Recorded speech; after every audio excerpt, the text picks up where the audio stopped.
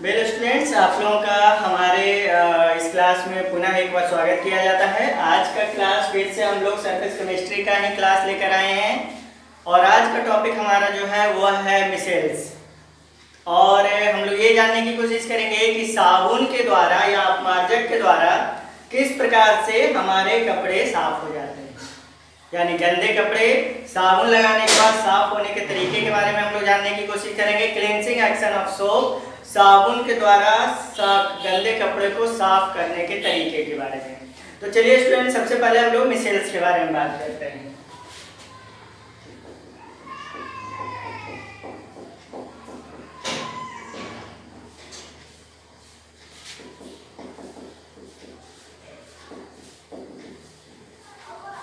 देखिए स्टूडेंट, आपको पहले भी हम बताए थे एसोसिएट कोलॉइड, यानी कि हम लोग क्या बात कर रहे थे वहां पे बहुआण्विक कोलाइडी विलयन के बारे में। और बहुआण्विक कोलाइडी विलयन में आपको ये बताया गया था कि अगर हम लोग किसी भी सांद्रित अवस्था में उपस्थित, मतलब मान लिया जाए कि कोई आपका ऐसा विलयन है जो कि तनु अवस्था में डाइल्यूट कंडीशन में है, और डाइल्यूट कंडीशन में होने के बाद अगर आप उसे धीरे धीरे सांद्रित करते हैं, यानी कि डिस्पर्स फेज का सांद्रण जो है वो डिस्पर्सन मीडियम में जब बढ़ता चला जाता है तो डिस्पर्स फेज में उपस्थित जो कोलाइडी कण हैं वो आपस में जुड़ने लगते हैं। कोलाइडी कण आप नहीं कर सकते, आप ऐसा कर सकते हैं कि मान लिया जाए कि इलेक्ट्रोलाइट के कण हैं, वह कण क्या होते हैं, आपस में जुड़ने लगते हैं और जुड़ने के बाद वह इस आकार में पहुंच जाते हैं जो आकार किसका होता है, कोलाइडी कण का आकार होता है। मतलब 10⁻⁵ सेंटीमीटर से लेकर 10⁻⁷ सेंटीमीटर तक का आकार उनका हो जाता है। तब वो क्या बनाते हैं, एसोसिएट कोलॉइड यानी बहुआण्विक कोलाइड का निर्माण करते हैं। तो मिसेल्स जो है स्टूडेंट वो क्या है, बहुआण्विक कोलाइड का एक मिश्रण है, मतलब बहुआण्विक कोलाइड आप इसको कह सकते हैं। तो मिसेल्स होता है एसोसिएट कोलाइड। कैसे, यहाँ पर ऐसे हम लोग लिख सकते हैं कि साबुन के तनु विलयन को जब सांद्र बनाया जाता है तो उसके कण आपस में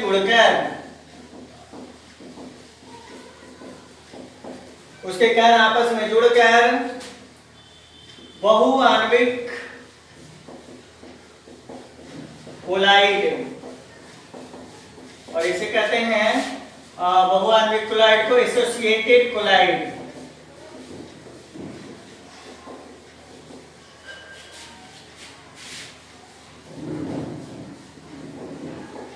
एसोसिएटेड कोलॉइड बनाते हैं जिन्हें मिसेल्स कहा जाता है।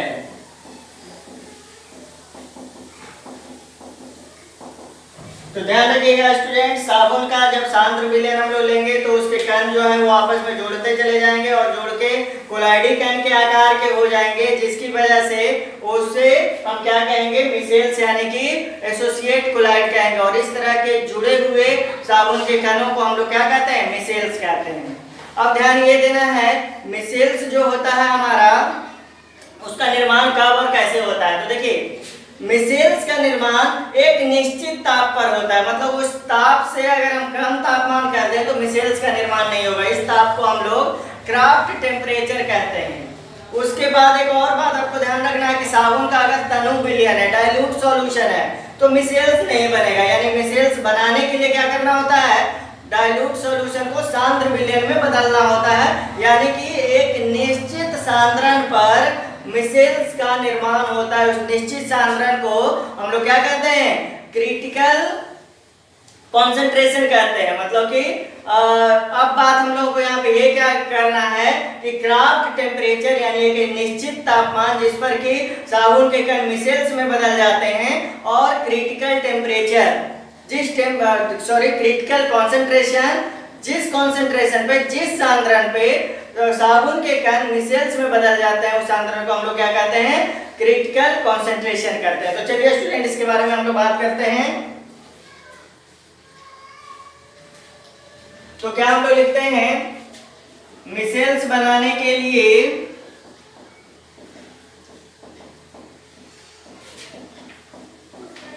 एक निश्चित तापमान की जरूरत होती है,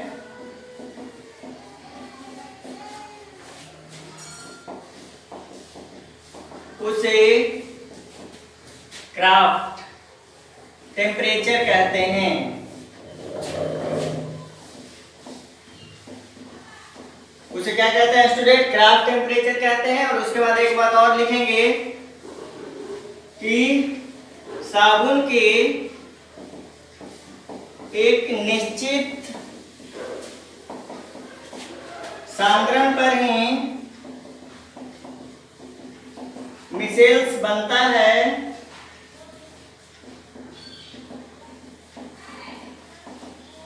मिसेल्स बनता है, उसे क्या कहेंगे हम लोग, उसे कहते हैं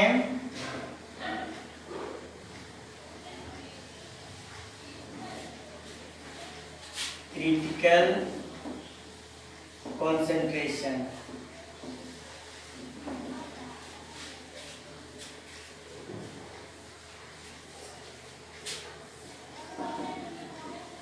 तो देखिए उसे हम लोग क्या कहेंगे, मिसेल क्रिटिकल कॉन्सेंट्रेशन कहते हैं।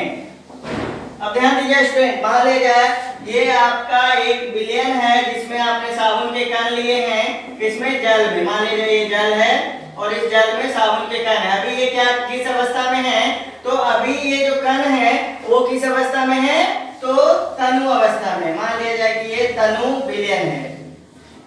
तो ये तनु बिलियन में ये जो साबुन के कण है स्टूडेंट वो काफी दूर दूर हैं, और दूर दूर होने की वजह से ये क्या होंगे, एक दूसरे से जुड़ेंगे नहीं। और जब तक ये एक दूसरे से जुड़ेंगे नहीं तब तक क्या होगा, इनका मिसेल का निर्माण नहीं हो पाएगा।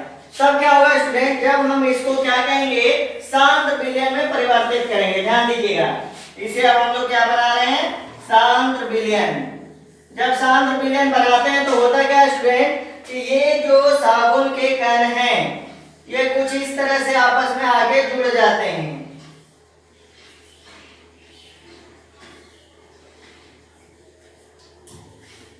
और इसी जुड़े हुए साबुन के कण को हम लोग क्या कहेंगे, मिसेल्स कहेंगे।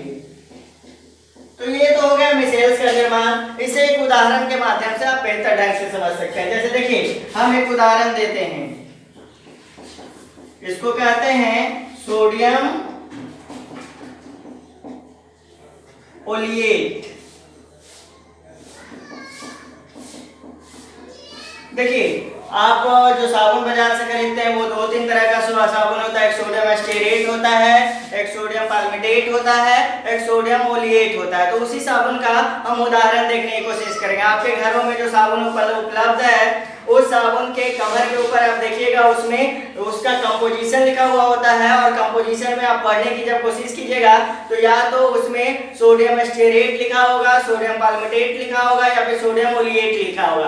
तो हम इसी को समझने की कोशिश करते हैं। और देखिए सोडियम ओलिएट जो होता है इसका फॉर्मूला होता है C17H33COONA। ये एक कण है, एक अणु है, कण नहीं एक अणु है। किसका एक अणु है, तो सोडियम ओलिएट का। देखिए ये जो एक अणु सोडियम ओलिएट का है, इस सोडियम ओलिएट को अगर आप देखने की कोशिश करेंगे तो देखिए यहाँ पर हम दिखाते हैं C17H33COONA। देखिए ये जो भाग है ये कौन सा भाग है, कार्बनिक भाग है। और ये जो भाग है ये कौन सा भाग है, आयनिक भाग है। ध्यान रखिएगा स्टूडेंट, साबुन के जो कण होते हैं उस साबुन के कण में 2 भाग होते हैं, एक कार्बनिक भाग होता है और एक आयनिक भाग होता है। कार्बनिक भाग जल से दूर जाना पसंद करता है, जबकि आयनिक भाग जो है वो जल की तरफ आकर्षण प्रदर्शित करता है। तो ये जो कार्बनिक भाग है ये क्या रहेंगे, जल से प्रतिकर्षण प्रदर्शित करेंगे, और ये आयनिक भाग जो है वो जल से आकर्षण प्रदर्शित करेंगे। और इसका आकार आप चाहें तो कुछ इस प्रकार से बना सकते हैं।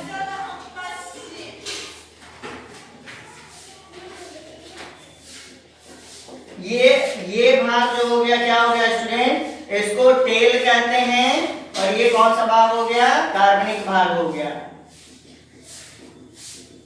और ये कहलाएगा हेड। और ये कौन सा भाग होता है, आयनिक भाग होता है। तो ध्यान रखिएगा, साबुन के जो कण होते हैं, साबुन के कण में दो भाग होते हैं, एक कार्बन और हाइड्रोजन का भाग जिसे कार्बनिक भाग कहते हैं, और वह जल से प्रतिकर्षण प्रदर्शित करता है, मतलब जल से दूर भागने की कोशिश करता है। और दूसरा भाग होता है आयनिक भाग जो जल के प्रति आकर्षण प्रदर्शित करता है। और यही ड्यूअल नेचर होने की वजह से, यही दो गुण होने की वजह से तो साबुन जो है वो जल में हमारे कपड़ों से में उपस्थित जो गंदगी होते हैं उन गंदगी को निकाल पाता है। तो चलिए स्टूडेंट आप यहाँ पे नोट करेंगे। इसके बाद हम लोग क्लींजिंग एक्शन ऑफ सोप देखेंगे कि साबुन किस प्रकार से हमारे गंदे कपड़ों को साफ कर पाता है।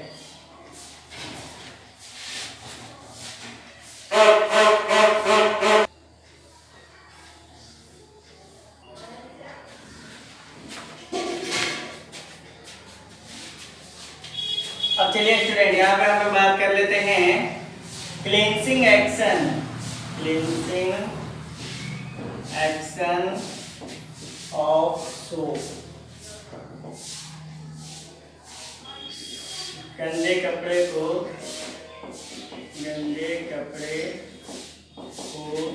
साबुन द्वारा साफ करने की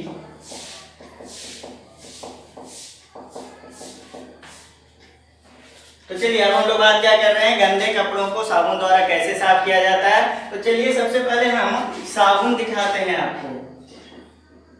और साबुन में क्या लिया था, सोडियम पोलिएट। और इसके एक कण को दिखाएंगे, अणु को दिखाएंगे, वो किस प्रकार दिखाएंगे। तो देखिए यहाँ पे कार्बन कार्बन कार्बन, इस तरह से आपको करीब करीब कितने कार्बन की जरूरत पड़ेगी, करीब 17 कार्बन की जरूरत पड़ेगी। तो 1 2 3 4 हो गया, यहाँ से 5 हो गया, 6 हो गया, 7 हो गया, 8 हो गया, 9 10 11 12 13 14 15 16 17। और सबके साथ हाइड्रोजन जुड़ा हुआ होगा स्टूडेंट। यहाँ पे ऐसे हम लोग हाइड्रोजन जोड़ेंगे। इसका आकार हम आपको दिखा रहे हैं, साबुन का आकार के कण का आकार कि किस तरह से साबुन का कण जो होता है वो मौजूद होता है, उसको दिखाने की कोशिश की जा रही है। यहाँ पे देखिए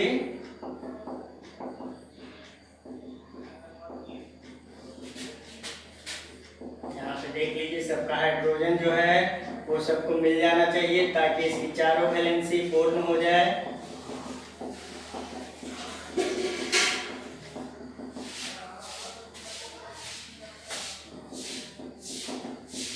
सी, उसके बाद डबल बॉन्ड O माइनस और यहाँ पे Na+। यही होता है स्टूडेंट, किसका होता है, C17। यहाँ पे हम लिख देते हैं ये किसका है, C17H33COONA। ये जो कण है इसी का ये बृहद संरचना है। अब ध्यान दीजिए, ये जो संरचना है स्टूडेंट यहाँ से यहाँ तक कौन सा भाग है, तो कार्बनिक भाग है। कार्बनिक भाग है जिसको क्या कहते हैं, टेल कहते हैं। और इसे आप चाहें तो इस प्रकार भी दर्शा सकते हैं, कैसे, ऐसे।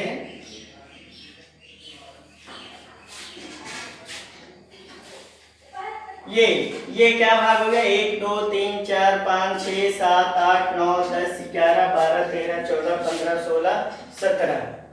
तो ये भाग आपका क्या हो गया, ये आपका कौन सा भाग हो गया, तेल का भाग हो गया। और ये जो है भाग स्टूडेंट, इसको हम लोग कौन सा भाग कहेंगे, आयनिक भाग।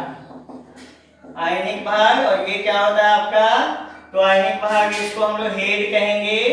और ये होता है जल विरोधी, इसको लिखते हैं जल विरोधी।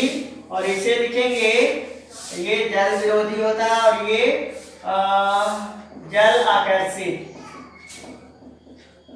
ये जल आकर्षित होगा और इसको आप कुछ इस प्रकार से दर्शा सकते हैं। और ये हो गया कौन सा भाग, इस तरह से दर्शाएंगे, ये टेल का भाग हो गया और ये भाग कौन सा हो जाएगा, हेड भाग हो जाएगा। ठीक, इसके ऊपर माइनस रहेगा और Na प्लस यहाँ। तो ये आकार है किसका, साबुन के एक अणु का। अब इस साबुन के एक अणु के द्वारा मिसेल्स का निर्माण कैसे होता है वो कुछ इस प्रकार से देख लीजिए कि जैसे आप ध्यान दीजिएगा, जल आपका है और ये जल में जब आप साबुन डालते हैं, ध्यान दीजिए ये आप क्या डाल रहे हैं, जल है आपका, और जल के अंदर जब आप साबुन डालते हैं तो ये ध्यान रखना है स्टूडेंट कि ये जो टेल का भाग है, साबुन के टेल का भाग, वह टेल का भाग जल से दूर जाएगा, जबकि इसके आयनिक भाग जो है वो जल के तरफ होंगे। तो ये किस प्रकार व्यवस्थित होंगे, वो कुछ इस प्रकार व्यवस्थित होंगे। स्टूडेंट देख लीजिए आप लोग ध्यान से।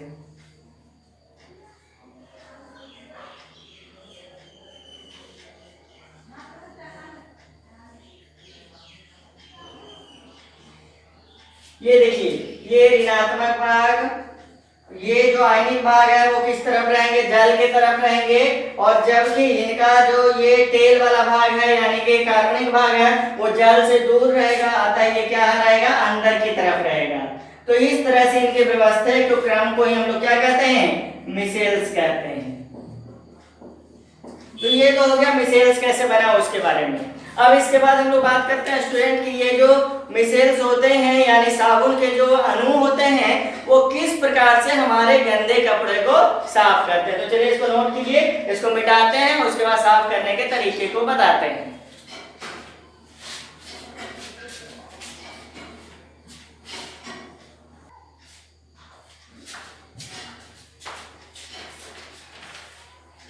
अब देखिए स्टूडेंट, सबसे पहले तो आपको ये समझना है कि हमारे कपड़े गंदे कैसे होते हैं। आप ध्यान दीजिएगा, आप अपने कपड़ों को जब घरों में रखते हैं तो घरों में अगर अलमीरे के अंदर है तो उसके ऊपर धूलकण बैठ जरूर जाते हैं, लेकिन जब उसको आप झाड़ देते हैं तो धूलकण अलग हो जाते हैं और आपके कपड़े गंदे होने से बच जाते हैं। परंतु जब उन्हीं कपड़ों को आप 1 से 2 दिन, 1 दिन भी अगर आप पहन लेते हैं तो वो कपड़े गंदे हो जाते हैं। क्यों गंदे हो जाते हैं इसके बारे में बात करें तो होता ही है स्टूडेंट, हम लोगों के शरीर से कुछ वायली पदार्थ जो है वो उत्सर्जित होते हैं यानी सेक्रीट होते हैं। जैसे हम लोगों के बॉडी में, स्किन में स्वेट ग्लैंड होता है जिससे पसीना निकलता है।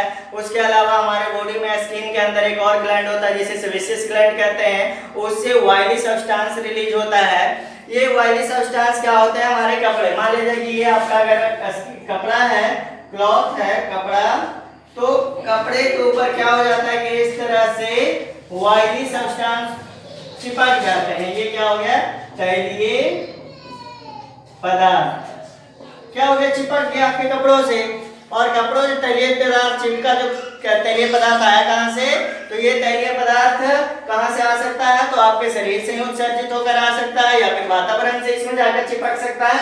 उसके बाद जो ये धूलकण है, ये धूलकण क्या होते हैं स्टूडेंट, इस पे आके चिपक जाते हैं। किस पे, इस तैलीय पदार्थ पर धूलकण आकर चिपक जाते हैं, और जब धूलकण आकर इस तैलीय पदार्थ पर चिपक जाते हैं तो क्या हो जाता है, हमारा कपड़ा गंदा हो जाता है। और ये तैलीय पदार्थ के रूप में आप तेल ले सकते हैं, ग्रीस ले सकते हैं, मोबिल ले सकते हैं। ये सारे क्या हैं, आपके तैलीय पदार्थ हैं जो क्या करते हैं, आप सबसे पहले आपके कपड़ों से चिपकेंगे और कपड़ों से चिपकने के बाद उसमें धूलकण क्या हो जाएंगे, चिपकते चले जाएंगे, और धूलकण चिपकने की वजह से आपके कपड़े क्या हो जाएंगे, गंदे हो जाएंगे। अगर आप ऐसा महसूस करना चाहते हैं कि ऐसा कैसे होता है, तो आप एक क्या कर सकते हैं, पॉलीथीन के ऊपर क्या कीजिए, थोड़ा सा तेल लगा दीजिए, सरसों का तेल, और उसे आप खुले वातावरण में रख दीजिए। कुछ देर के बाद आप क्या देखेंगे, उस पॉलीथीन के ऊपर इतने धूलकण चिपक गए हैं कि पूरा का पूरा पॉलीथीन ही आपका गंदा हो गया है। तो कहने का मतलब ये हुआ, इसी प्रकार से कपड़ा हमारा क्या होता है, गंदा होता है। अब साफ करने के तरीके के बारे में हम आपको बताएंगे। देखिए, ये जो तैलीय पदार्थ होते हैं ये किस प्रकृति के होते हैं, तो ये कार्बनिक प्रकृति के होते हैं। ध्यान रखिएगा, तैलीय पदार्थ जो होंगे वो सारे कार्बनिक प्रकृति के होंगे। चाहे आप कोई भी तेल ले लीजिए, हाइड्रोकार्बन से बना हुआ तेल होता है, जैसे पेट्रोल है, डीजल है, केरोसिन है, या फिर मस्टर्ड ऑयल है। ये सारे तेल जो होते हैं वो क्या होते हैं, कार्बनिक प्रकृति के होते हैं। तो आप देखिए क्लींसिंग एक्शन की अगर हम लोग बात करें तो ध्यान देना है कि आपका कि मान लीजिए आप क्या करते हैं, ये आपका क्या है कि कपड़ा है, जैसे इसको आप मान लीजिए कि ये क्या है आपका, ये क्या है स्टूडेंट, आपका कपड़ा है। कपड़ा के ऊपर क्या है, ये आपका तैलीय पदार्थ है और इस तैलीय पदार्थ से क्या चिपका हुआ है, धूलकण चिपका हुआ है। ये क्या है, तैलीय पदार्थ और इससे ये धूलकण चिपका हुआ है, तो गंदा है आपका कपड़ा, गंदा हो गया क्योंकि तैलीय पदार्थ के कारण धूलकण इसके ऊपर चिपक गया। अब देखिए जब आप इसको जल में डालते हैं, यहाँ से ऐसे बनाते हैं, जब आप इसको जल में डाल देते हैं, जल में आपने डाल दिया और जल में डालने पर आप क्या डाल रहे हैं, साबुन डाल रहे हैं। सपोज कीजिए क्या डाला आपने, साबुन डाला। साबुन डाला तो साबुन के कण के बारे में बात करें तो यहाँ पर देखिए एक कण ले रहे हैं साबुन का और वो कुछ इस प्रकार से होगा स्टूडेंट। देखिए ये साबुन का कौन सा भाग है, तो ये हेड वाला भाग है और ये कौन सा भाग है स्टूडेंट, तो ये टेल वाला भाग है। तो आप देखिए तेल वाला भाग कार्बनिक भाग होता है जो कार्बनिक पदार्थ के साथ जाकर जुड़ जाता है। आपको ध्यान रखना है कि कार्बनिक पदार्थ जो होते हैं वो कार्बनिक पदार्थ के साथ जाकर जुड़ जाते हैं, तो ये दोनों के बीच में क्या हो गया, आकर्षण हो गया। किसके बीच में, तो तैलीय पदार्थ के बीच में और इस साबुन के तेल के बीच में। जबकि ध्यान देना स्टूडेंट, ये जो आपका ऋणात्मक आवेश वाला हेड है वो है आयनिक भाग और ये किससे जुड़ जाएगा, जल से। तो यहाँ पे हम कुछ इस प्रकार से बना देते हैं, आपका HOH, फिर यहाँ पे OH, फिर हेड है यहाँ से हटा देते हैं, फिर यहाँ पे क्या कर देते हैं OH। ये जल इसको चारों तरफ से घेरे हुए है, इस प्रकार से ये जल से जुड़ा हुआ है। अब देखिए कितने तरह के आकर्षण आपको नजर आ रहा है। पहला तो साबुन का जो तेल है वो तैलीय पदार्थ से जाकर जुड़ गया और ये आपका जो आयनिक भाग है वह साबुन का जो आयनिक भाग हेड है वह जल के साथ जुड़ गया। अब इस आकर्षण बल के कारण क्या हो गया कि ये इससे जुड़ गया है। अब आप क्या करते हैं, जल में जब इसको हिलाते हैं, जल में हिलाने के उपरांत जब आप जल में डाल के उसको पूरा हिलाते हैं, जब जोड़ते हैं तो क्या होता है स्टूडेंट कि ये वाला बंधन नहीं टूटेगा, यानी ये कार्बनिक पदार्थ तेल जो है वो तैलीय पदार्थ से जब जुड़ेगा तो ये बंधन, मतलब ऐसा समझिए साबुन का जो तेल वाला भाग है जब वो तैलीय पदार्थ से जुड़ा हुआ है तो ये बंधन मजबूत होता है, ये टूटेगा नहीं। दूसरी बात कि ये जल में मौजूद जो हेड पार्ट है साबुन का वो भी जल से पूरी तरह से आकर्षित है, यहाँ पे हाइड्रोजन बंधन का निर्माण हो जाता है जिसके कारण ये भी टूटेगा नहीं। तो जब आप हिलाते हैं पानी में डाल के उसको झाग लगा, मतलब कि जब जोड़ते हैं हिलाते हैं पूरी तरह से, तब क्या होता है ये तैलीय पदार्थ जो चिपका हुआ है किसके ऊपर, कपड़े के ऊपर, वो यहाँ से अलग हो जाता है। ध्यान दीजिए जब ये तैलीय पदार्थ इससे अलग हो गया तब क्या हो जाता है, ये पानी में मिल जाएगा और आपका क्या हो जाएगा, कपड़ा साफ हो जाएगा। क्योंकि तैलीय पदार्थ अलग हो गया तो उसके साथ गंदगी भी साबुन के साथ किसमें मिल गया, पानी में। इसलिए तो आप ध्यान दिए होंगे कि साबुन के साथ जब आप कपड़े को साफ करते हैं तो कपड़ा आपका गंदा हो जाता है, परंतु पानी जो है वो कपड़ा आपका साफ हो जाता है परंतु पानी जो है वो क्या हो जाता है, गंदा हो जाता है। तो इस तरह से ये पानी में घुल जाएगा और साफ कपड़ा आपका कहाँ हो जाएगा, बाहर आ जाएगा। तो ये साफ करने का तरीका हो गया, कपड़े को किस प्रकार से साफ करते हैं। तो ये हो गया स्टूडेंट अब किस तरह से कपड़ा साफ होता है उसके बारे में। अब इसके बारे में हम लोग लिख सकते हैं कुछ पॉइंट यहाँ पे लिखेंगे। साबुन को जब जल में घुलाया जाता है तो वह मिसेल्स बनाकर कपड़े के गंदगी, और गंदगी के रूप में आप लिख सकते हैं क्या, यहाँ पे आप लिख सकते हैं तेल लिख सकते हैं, ग्रीज लिख सकते हैं और क्या लिख सकते हैं, तो तेल ग्रीज मोबिल लिख सकते हैं कि कपड़े की गंदगी के साथ जुड़ जाता है और यहाँ पे एक भाग और लिख सकते हैं आप, क्या लिख सकते हैं कि मिसेल्स के तेल वाला भाग तैलीय पदार्थ के साथ जुड़ता है तथा हेड यानी आयनिक भाग जल से हाइड्रोजन बंधन द्वारा जुड़ा होता है। यहाँ पे आगे लिखेंगे, जब कपड़े को जल में हिलाया जाता है तो साबुन के कण के साथ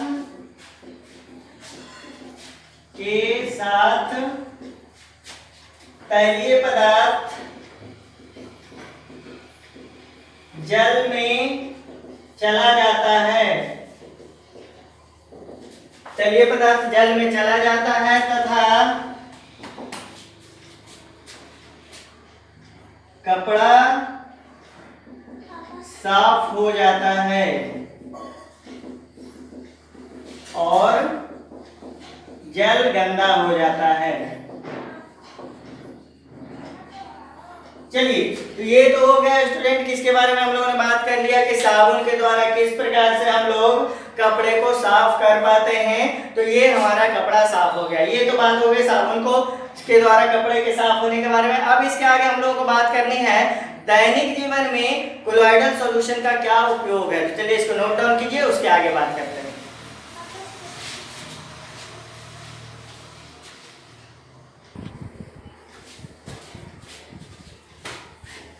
तो चलिए स्टूडेंट, आज हम लोगों ने बात किया मिसेल्स के बारे में और साबुन किस प्रकार से कपड़ों को साफ करता है, इसको हम लोग समझने की कोशिश किया आज हम लोगों ने। तो अब इसके आगे दैनिक जीवन में उपयोग आने वाले कोलॉइडल सॉल्यूशन को अगर हम लोग इस क्लास में कवर करते हैं तो क्लास बहुत ज़्यादा लंबा हो जाएगा। तो हम लोग आज का क्लास यहीं पे समाप्त करेंगे। आप लोग इसे अच्छे तरह से देखने और समझने की कोशिश कीजिए। अगर किसी तरह की कोई परेशानी होती है तो आप कमेंट बॉक्स में जाकर कमेंट कर सकते हैं और उससे आगे की बातें हम लोग करेंगे नेक्स्ट क्लास में, जिसमें इस पूरे के पूरे सरफेस केमिस्ट्री चैप्टर में सिर्फ एक छोटा सा टॉपिक बच गया है, दैनिक जीवन में कोलॉइडल सॉल्यूशन का उपयोग। उसमें हम लोग ये देखने वाले हैं कि हमारा आकाश का रंग नीला क्यों हो जाता है। उसके बाद हम लोग ये बात करने वाले हैं कि स्मोक प्रेसिपिटेटर क्या होता है, डेल्टा का निर्माण क्या होता है, किस तरह से कोलॉइडल सॉल्यूशन का उपयोग हम लोग औषधियों में करते हैं। इन सारी चीज़ों के बारे में हम लोग नेक्स्ट क्लास में बात करेंगे। तो चलिए स्टूडेंट, आज का क्लास कैसा लगा आप लोग कमेंट में जाकर बता सकते हैं और आपके कमेंट का इंतजार रहेगा। और आप लोग इसे देखिए, समझिए। आज का वीडियो शांतिपूर्वक और अच्छे ढंग से देखने के लिए बहुत बहुत धन्यवाद आपका। Good bye.